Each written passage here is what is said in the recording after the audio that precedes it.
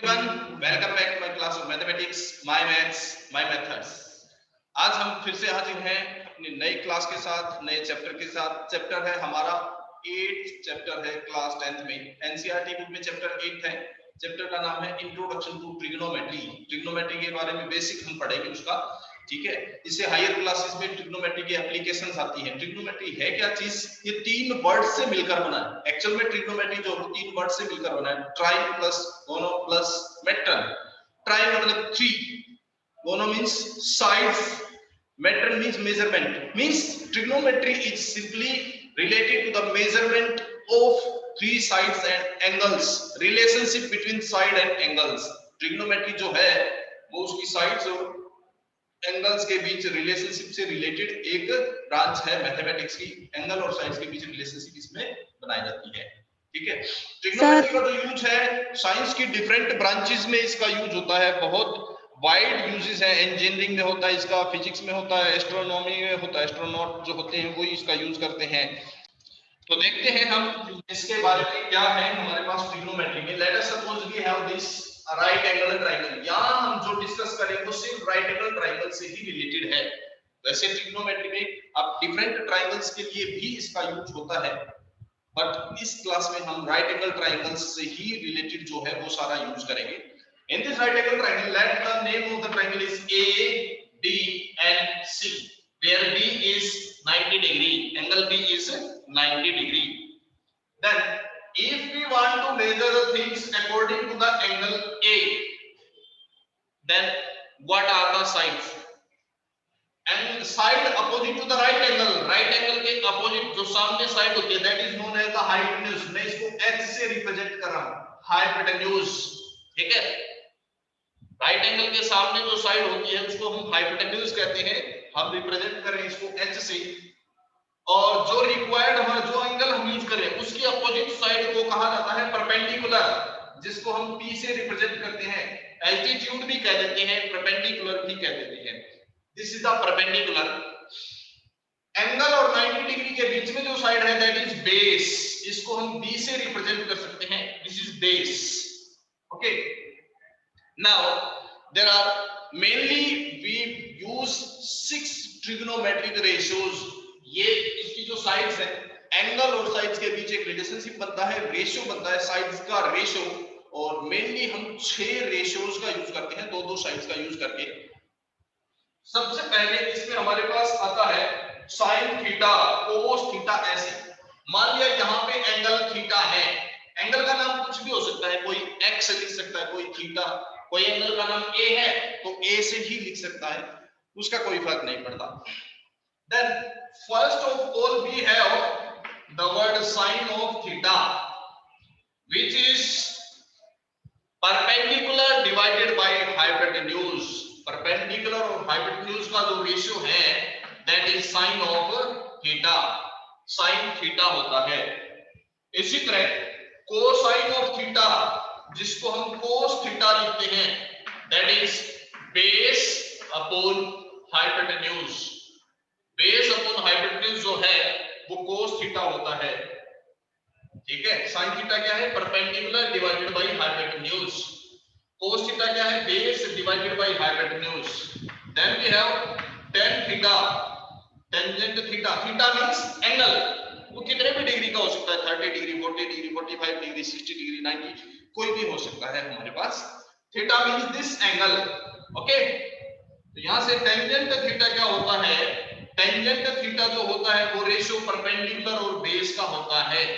Perpendicular upon base का जो ratio है that is known as tangent theta. Is perpendicular divided by base, this ratio is known as tangent of theta. अब इनके उल्टे reciprocal, sine theta का reciprocal जो है वो होता है कोसिकेंट थीटा। कोसेक बोलते हैं इसको, और वो होता है इसका रेसिप्रोकल, यानी कि हाइपोटेन्यूज अपॉन परपेंडिकुलर। देन कोस का उल्टा होता है सीकेंट थीटा, जिसको हम सेक लिखते हैं, sec theta, that is hypotenuse upon base.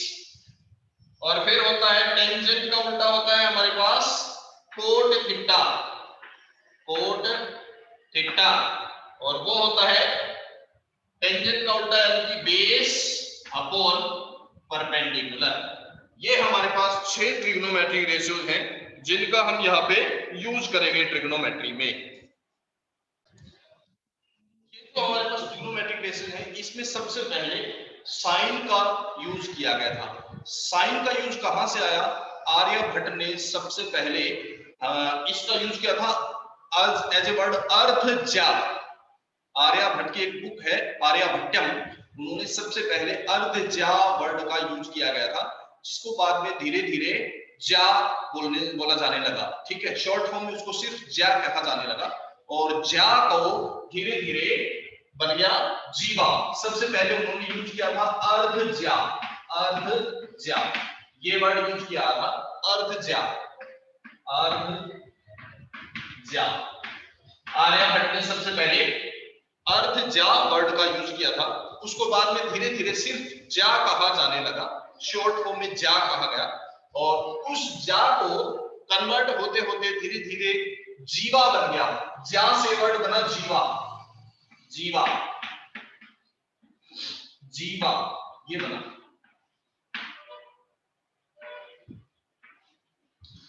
और इसको फिर जब अरेबिक लैंग्वेज में इस बुक को, आर्यभट्टम बुक को जब अरेबिक लैंग्वेज में चेंज किया गया, ट्रांसलेट किया गया, तो इसका नाम अरेबिक लैंग्वेज में इसका नाम दिया गया साइनस।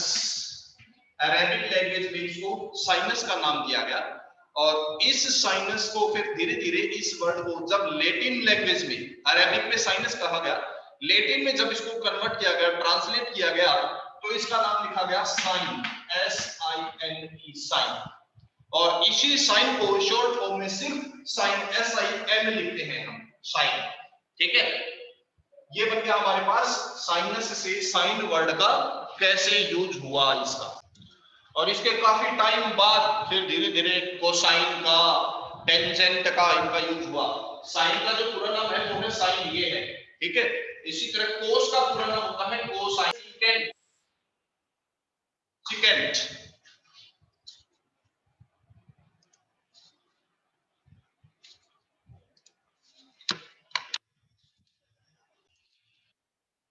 सेक का पूरा नाम है सेकेंड। उसके बाद हमारे पास आया कोट। कोट का पूरा नाम होता है कोटेंजेंट। कोटेंजेंट ये हमारे पास इसके एब्रीविएशंस हैं जो हम यूज करेंगे। ठीक है, sine theta perpendicular upon hypotenuse, perpendicular upon hypotenuse, cos theta base upon hypotenuse, then tangent theta perpendicular upon base. उसके बाद है cosecant, that is hypotenuse upon perpendicular, sine का उल्टा। सेकेंड कोस का उल्टा hypotenuse upon base, and cot tangent का उल्टा base upon perpendicular. ये हमारे पास बेसिक्स होते हैं इसके। इसके बाद अलग अलग डिफरेंट एंगल पे इनकी क्या क्या वैल्यू है वो सारी टेबल हम करेंगे। एक्सरसाइज 8.1 स्टार्ट करते हैं हम। फर्स्ट क्वेश्चन, एक ट्राइंगल है, राइट एंगल ट्राइंगल ABC, जिसमें एंगल B 90 डिग्री दे रखा है, AB साइड 24 है, BC साइड 7 सेंटीमीटर है।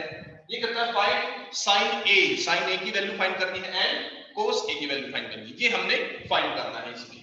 तो फाइंड करने के लिए सबसे पहले एक चीज ध्यान से देखिए, ये कैसी ट्राइंगल होती है? It is always right angle triangle. ये जो हम यूज करते हैं राइट एंगल ट्राइंगल के यूज करते हैं। एंगल B इन्होंने दे रखा 90 डिग्री, ये 90 डिग्री जहां पे है वो B, एक तरफ A मान लेते हैं और एक तरफ C मान लेते हैं। ओके, अभी देखिए अपने पास AB कितनी है 24, इसमें AB है 24, BC कितनी है 7, ये दे रखी है। अब हमें साइन और कोस A निकालना है। साइन और कोस दोनों में हमें पता है हाइपोटेनस का यूज होता है। साइन क्या होता है? Perpendicular upon hypotenuse, means hypotenuse तो चाहिए ही चाहिए। तो हम सबसे पहले क्या करते हैं, इसमें हाइपोटेनस निकालते हैं। ये निकालते हैं, कैसे निकलेगा भाई? ये कैसी ट्राइंगल है? Right angle triangle. और राइट एंगल ट्राइंगल है तो हमें पता है ये पाइथागोरस थ्योरम को जरूर सेटिस्फाई करेगी। तो सॉल्यूशन हम इसका स्टार्ट करते हैं। सबसे पहले हम इसमें लगाते हैं Pythagoras theorem. Hypotenuse square equals to क्या होता है? Base square plus perpendicular square. ये होती है Pythagoras theorem. According to Pythagoras theorem hypotenuse square equals to base कितना है 24, तो 24 का स्क्वायर प्लस परपेंडिकुलर कितना है 7 का square, means hypotenuse square equals to 24 का स्क्वायर कितना होता है 576 और 7 का स्क्वायर 49। हाइटनेस स्क्वायर इक्वल्स टू ये कितना बन गया भाई 625, जिसको हम 25 का स्क्वायर लिख सकते हैं। स्क्वायर से स्क्वायर कैंसिल होगा तो हाइपोटेन्यूज कितना बन गया 25। मींस AC जो साइड है हमारी वो 25 हो गया। इसकी जगह पे ये लिख सकते हो AC square equals to AB square plus BC square. तो AC स्क्वायर इक्वल्स टू ये आ जाएगा। तो यहां से हमारी जो साइड AC है वो निकल के आ गई। AC साइड कितनी बनी इसमें 25। अब हम दोनों तीनों चीजें आराम से निकाल सकते हैं। नाउ साइन एंगल A, वहां हमने थीटा लिखा था ना अभी थोड़ी देर पहले, थीटा की जगह पे नाम कुछ भी दे सकते हैं, कोई दिक्कत नहीं, जो नाम है वहां से देखना नहीं। A एंगल है, ये चीज बिल्कुल ध्यान से देखनी है। एंगल A है तो जहां एंगल A है उसके हिसाब से हमने निकालनी है वैल्यू, इसके हिसाब से। इंपॉर्टेंट चीज है, बेस हमेशा नीचे नहीं होता, परपेंडिकुलर हमेशा साइड में नहीं होता, जरूरी नहीं है। कौन से एंगल से पूछा है उसके हिसाब से होता है। 90 के सामने तो हमेशा हाइपोटेन्यूज होता है, जो एंगल पूछा है उसके सामने परपेंडिकुलर होता है। अगर C पूछा होता तो परपेंडिकुलर इसको मानते हैं, हम ध्यान रखना, ठीक है। जो एंगल पूछा है उसके सामने परपेंडिकुलर होगा राइट एंगल ट्रायंगल में। साइन A निकालना है। साइन क्या होता है परपेंडिकुलर अपॉन हाइपोटेन्यूज, हमें पता है। अब इसमें परपेंडिकुलर कौन सा है ये देखिएगा, कौन सा है इसमें परपेंडिकुलर। एंगल A के हिसाब से पूछा है तो एंगल A के सामने जो है वो परपेंडिकुलर होगा, कितना हो गया 7, या नाम लिख लो चाहे साइड का BC और डिवाइड में AC, मींस 7 अपॉन AC कितनी निकालेंगे 25, ये आंसर होगा। इसी तरह cos A निकालेंगे। cos हमें पता है क्या होता है base upon hypotenuse, base upon hypotenuse. Base क्या है एंगल A के हिसाब से, ध्यान रखना बेस हमेशा परपेंडिकुलर और एंगल के बीच में होता है। ये परपेंडिकुलर है यहाँ पे और ये एंगल है, इन दोनों के बीच में है बेस। तो बेस कितना हो गया 24 डिवाइड में hypotenuse longest side in right angle triangle 25, ये आ जाएगा। तो ये हमारा इसका क्वेश्चन नंबर फर्स्ट कंप्लीट हो जाता है। तो इसी क्वेश्चन के सेकंड पार्ट में साइन C और cos C पूछा गया है। साइन C क्या होगा तो वही परपेंडिकुलर अपॉन हाइपोटेन्यूज, बट इस बार ध्यान रहे परपेंडिकुलर लेना क्या है हमें ये देखना बस। साइन C पूछा है तो C के सामने जो है वो परपेंडिकुलर होगा। C यहाँ पे है तो इसके सामने जो है वो परपेंडिकुलर होगा। परपेंडिकुलर क्या इसमें AB, याद रखना इस बार परपेंडिकुलर है AB और हाइपोटेन्यूज वही लॉन्गेस्ट साइड होता ही है यानी कि AC। तो AB कितना है हमारा, AB इसमें रखा है 24 अपन में AC हमने निकाला है 25, ये आ गया। अब निकालना है cos C। cos क्या होता है बेस अपॉन हाइपोटेन्यूज। बेस कौन सा होगा ध्यान से सुने, जो एंगल पूछा गया है एंगल C के लिए पूछा गया है तो एंगल और 90 डिग्री के बीच में बेस होगा। एंगल ये रहा C, इसके और इसके बीच में होगा बेस। बेस इस बार क्या है BC divide by hypotenuse AC है, मींस 7 अपॉन 25 ये होगा। तो ये चीज आप हमेशा याद रखिए, बेस और परपेंडिकुलर में कई बार कंफ्यूजन होती है। हाइपोटेन्यूज तो पता ही है, राइट एंगल ट्रायंगल में जो लॉन्गेस्ट साइड है वही हाइपोटेन्यूज होगी, ठीक है। लेकिन बेस और परपेंडिकुलर में जो एंगल पूछा गया है उसके सामने हमेशा परपेंडिकुलर होता है, याद रखना, ठीक है। तो बचा हुआ अपने आप बेस हो ही गया तीसरा। तो ये हमारा क्वेश्चन फर्स्ट का सेकंड पार्ट भी कंप्लीट है, फर्स्ट क्वेश्चन कंप्लीट होता है। सेकंड क्वेश्चन PQR गिवन है, इसमें tangent P minus cot R हमने निकालना है। अब सबसे पहले हमें तीनों साइड पता होना चाहिए, ठीक है। तीनों साइड पता करने के लिए दो साइड तो दे रखी है, तीसरी निकालते हैं। हमें पता है राइट एंगल ट्रायंगल है तो क्या होगा Pythagoras theorem, Pythagoras theorem in triangle PQR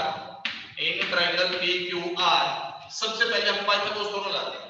longest side हमेशा क्या होती है हाइपोटेन्यूज, तो PR का square equal to PQ square plus QR square. तो PR है 13 तो 13 square equal to 12 square plus QR square. इसका स्क्वायर 169, ये 144 प्लस QR स्क्वायर। QR निकालनी है तो पहले इसको इधर ले आओ। 169 में से 144 माइनस होगा 25 इक्वल टू QR स्क्वायर। 25 को हम लिख सकते हैं 5 का square equal to QR square. Square से स्क्वायर कैंसिल होगा। सो QR कितनी आ गई हमारे पास 5 सेंटीमीटर। अब हम दोनों साइड निकाल लेते हैं, फिर उनको माइनस करेंगे। क्या से हमें टेंजेंट P निकालते हैं। हमें पता है टेंजेंट क्या होता है, परपेंडिकुलर अपॉन बेस, है ना। तो अब इसमें एंगल P के हिसाब से परपेंडिकुलर देखना है, याद रहे। एंगल P यहाँ पे है तो इसके सामने परपेंडिकुलर होगा। ये कितनी है 5 निकाली हमने, ठीक है। एक बार फिर से बता रहा हूं, टेंजेंट P निकालना है तो एंगल P के सामने जो होगा वो क्या होगा, परपेंडिकुलर। एंगल के सामने हमेशा परपेंडिकुलर होगा। P के सामने परपेंडिकुलर है ये रहा, तो इस बार परपेंडिकुलर ये माना जाएगा। टेंजेंट होता है परपेंडिकुलर अपॉन बेस। अब हम परपेंडिकुलर क्या मानेंगे, QR को, और डिवाइड बाय बेस। हमें पता है ये तो हाइपोटेनस है, ये परपेंडिकुलर, तो बेस क्या बच गया PQ। कर दो वैल्यू। QR कितना है 5 और PQ कितना है 12, ये आंसर। अब निकालना है कोट R। कोट R, हाँ भाई एंगल R है तो एंगल R के सामने क्या होगा, परपेंडिकुलर। वैसे कोट होता क्या है, बेस अपॉन परपेंडिकुलर, ठीक है। कोट R के सामने परपेंडिकुलर होगा, याद रखना। ये R है, इसके सामने ये परपेंडिकुलर है। इस बार हर एक एंगल के लिए बेस परपेंडिकुलर चेंज हो जाती है, याद रखना। अपना एंगल है R, तो R के सामने क्या होगा, परपेंडिकुलर। ये है R, इसके सामने क्या परपेंडिकुलर, ये परपेंडिकुलर है अब, और ये बेस है, ठीक है। बेस कितना इस बार QR, बेस कितना इस बार QR, और डिवाइड में परपेंडिकुलर कितना इस बार PQ। ये याद रखना है बस आपको। मेनली इस एंगल के हिसाब से परपेंडिकुलर और बेस बनते हैं। एंगल के सामने हमेशा परपेंडिकुलर होगा, ये याद रखना। हाइपोटेनस आपको पता है ये कौन सा है, तो क्या बच गया तीसरा बेस। रखो वैल्यू QR की वैल्यू है 5 अपॉन PQ की वैल्यू कितनी रखी इन्होंने 12, 5 अपॉन 12 यार। दोनों को माइनस कर दो। क्वेश्चन में पूछा था find tangent P minus cot R, minus कर लो। Tangent P 5 upon 12 minus cot R वो भी 5 अपॉन 12, कितना आ गया आंसर 0, ये आंसर आ जाएगा इसका, ठीक है। तो ये था हमारा question number 2। Next third question, sine A की वैल्यू 3 अपॉन 4 दे रखी है, कोस A और टेंजेंट A की वैल्यू निकालनी है। अब ऐसे क्वेश्चन में क्या करना है आपको, इसमें तो पता चल जाएगा बट फिर भी आपको लिख लेना है। साइन क्या होता है, perpendicular upon base, sorry hypotenuse, perpendicular upon hypotenuse. अब इस क्वेश्चन में परपेंडिकुलर एंगल A के हिसाब से परपेंडिकुलर क्या है BC, परपेंडिकुलर यानी कि BC कितनी है 3 और हाइपोटेनस 4, हाइपोटेनस यानी कि AC इक्वल टू कितनी है 4। आप इसको 3 और 4 नहीं 3K और 4K मान लेंगे बस, ठीक है। अभी देखिए इसको परपेंडिकुलर मान लीजिए हाइपोटेनस। अब हमें बेस निकालना है, पाइथागोरस थ्योरम से बेस निकालो। We know that hypotenuse square equals to perpendicular square plus base square. Hypotenuse है हमारा 4K का square 16K square equal to perpendicular यानी कि 3K का square 9K square plus base हमें निकालना है। इधर लाओ माइनस होगा, 16 में से 9 minus 7K square equals to base square. Root निकालेंगे तो रूट 7K का whole square equal to base square. Square से स्क्वायर कट गया, बेस आ गया